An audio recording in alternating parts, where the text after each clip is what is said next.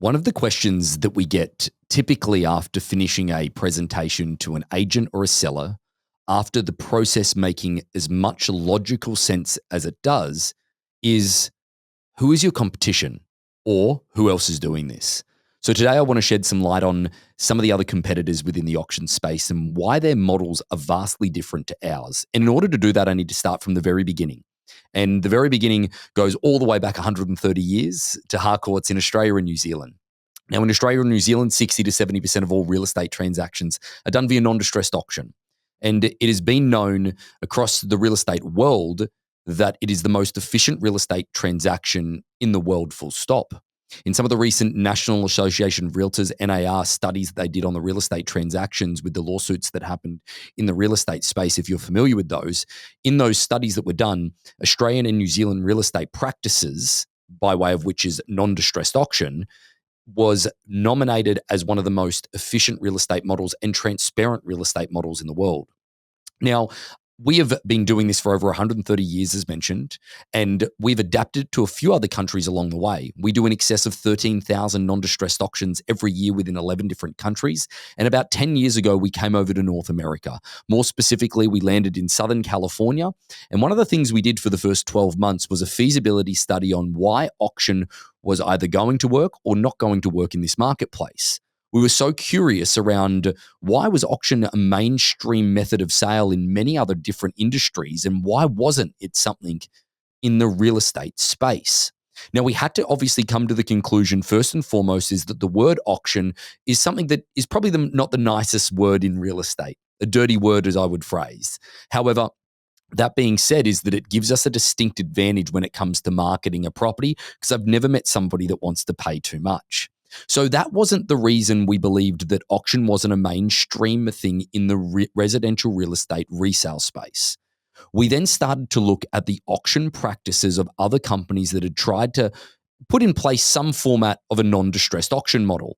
And that being said, is that once we went through all of these individual models that were there, we figured out a few fundamental flaws to why the auction practice was not mainstream in the residential real estate space. Now, a couple of things that come to mind first and foremost. One is the exorbitant marketing fees that most companies charge upfront to a seller. The second one was a buyer premium that was attached to the sale for any buyer that was involved. And the third one, which was pretty interesting to us, was conducting absolute auctions. Now, what an absolute auction means is that the seller is not in complete control and they are obligated to sell regardless of what the outcome was. So these were three major factors that very instantaneously we looked at and said, well, these practices don't exist anywhere else in the world where auction is a mainstream element to sell your primary place of residence or a piece of real estate that was not in a distressed manner. So we knew instantly that our model could not replicate those models. Now, don't get me wrong. There was a moment of disappointment realizing that we were not going to get 10, 12, 15% buyer premiums as the auction house. But we had to manage greed and we had to find out why this was not in the mainstream. So we chose the path of partnering with local realtors and doing high volumes of transactions. One, to create a good cadence within that marketplace and an understanding, but also partnering with the traditional real estate brokers on the ground that were there to know why the property was what it was, why someone should buy it, okay, where it is and what it offers. That emotional element of that transaction and removing the traditional real estate broker from the equation was never going to work because it needs that localized boots on the ground specialty. Now, as we explored all of the various things that were different in the real estate space to any other country that has it as a mainstream element when you go to sell your home, some things started to really be pointed out of why this was not something that had been embraced. I'm going to go back to the different types of auctions. Now, to be clear about this is that Harcourts Auctions only conducts what is called a reserve auction. Now, a reserve auction means, okay, that the seller is never obligated to sell and they are in complete control. As we phrase it, is we call it a non-disclosed reserve price. And the reason it is non-disclosed is so that therefore The seller can see what the marketplace is offering and choose to adjust their non-disclosed reserve price at any point. Obviously, the seller is always in complete control. And to reiterate again, Harcourts does not do auctions where the seller is ever obligated to sell. And we believe that the auction process is about price discovery in the market, whether that's a wonderful, unbelievable, outrageously huge price for the property, or that is a price that might be a little underwhelming, but it was about finding what the market was willing to do at that time and allowing the seller to say yes or no. Most of the other companies that were operating at the time that we entered the marketplace 10 years ago were only doing what is called an absolute auction, which is a no reserve auction where the seller is obligated to sell. So that is a great deal of risk for the seller to do an auction if they are obligated to sell. Now, the other factor of this, to make it clear, Harcourts does not charge any large marketing fees up front. We do charge an administration fee that is very minute, but then also you have to get the reports and disclosures done that would normally be done when that property is either under contract in the investigation period or under in escrow in the inspection contingency period. Now, the reality is we ask for all of those reports and disclosures to be done up front, and there is a nominal administration fee up front. Other companies were charging $50, $100, $150, upwards of $250,000 up front to do the marketing for the property. Now, a lot of the times those marketing costs were not for actual marketing themselves. It was just to cover the cost of the auction company so that therefore they would always make money regardless of whether the property sold or it didn't. Now, once we introduced the non-disclosed reserve auction into North America, we then saw a lot of the other companies that could not compete with this facet actually change their approach. If you were to do a non-disclosed reserve auction with another company, they would ask for the marketing fee up front because there was no guarantee of sale. Now, if you were to do a non-reserve auction or an absolute auction, they would waive the marketing fee, but obviously when the property sold at auction, they would also not only get a buyer premium of 5, 10, 12, 15%, they would also tack onto that fee a marketing cost that the seller would then also pay. So all of these models then started to change, but it started to get a little bit more complicated. So again, they would either charge you a marketing fee up front if you chose to do a reserve auction where you were in complete control, okay?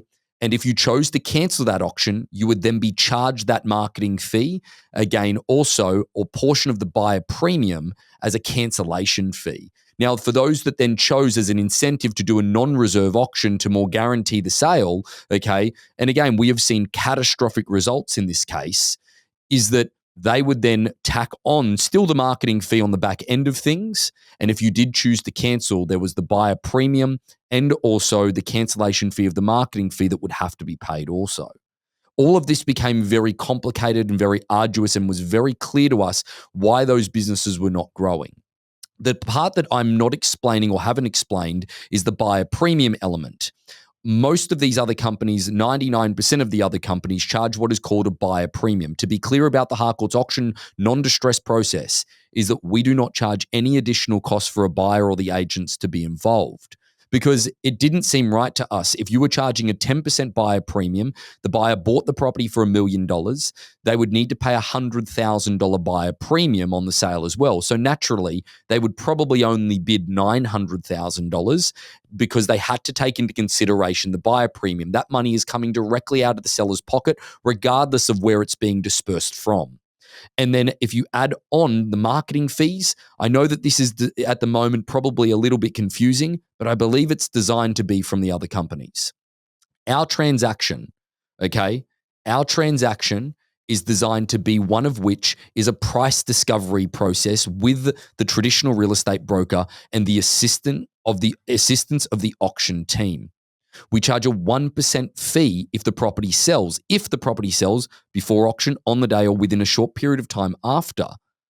And if it doesn't sell, there are no cancellation fees. And if you choose not to sell the property or take it through to auction, there is nothing of that perspective. This is a price discovery process. Our process has been designed for you to find out what the market is going to pay and then say yes or no as a seller.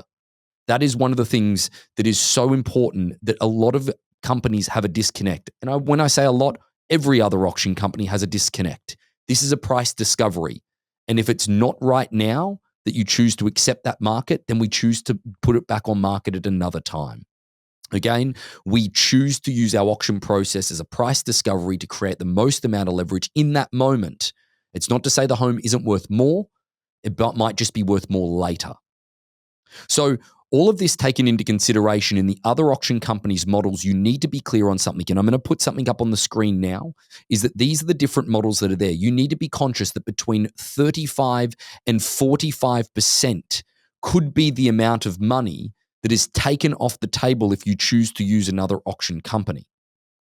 These models are designed to create large fees, complicated structures, and they are only designed to do 1 or 2 auctions ever within a particular marketplace, because usually the result doesn't pan out very well. Okay, so therefore it ends up in litigation, or it ends up with a bad reputation in the marketplace because everything is overpromised and then underdelivered. So because of the buyer premiums and the large fees that are taken from the sellers and the buyers, those companies only need to do 1 auction ever within a marketplace and move on to the next. Our model is designed to be another tool in the tool belt for local realtors to provide to sellers in particular situations if the property isn't selling. Okay, using the auction process to provoke interest within that marketplace, using it from the very beginning to find out what the property is worth in today's marketplace very quickly to then price it accurately if we do not sell it through auction in the first case. It is a moldable and malleable process, ours, that can be pivoted at any point, because having a rigid structure is one of the most probably naive things I would say that people can do. And that to be said, our auction process, we allow it to be sold before auction in the lead up, because 98% of people want to avoid competition. If it makes sense, we will take it through to auction day. If it doesn't, then we don't do that. We can postpone. We can then put the property traditional. There are so many different elements and so many different ways that we can use this process as, again, another tool in the tool belt, all while being a low barrier to entry and partnering with your local realtor in order to make sure that we find out what the property is worth in today's market and provide the decision makers with a chance to say yes or a chance to say no. Hopefully this has shed a little bit of light. If it is being confusing, I get it. I think it's been designed by the other companies to be confusing. Keep in mind, we are the largest non-distressed real estate company, auction company in the world. We do over 13,000 non-distressed auctions and been doing it for over 130 years. So the principle with the process has not been lost. It's just been modernized. Thanks so much.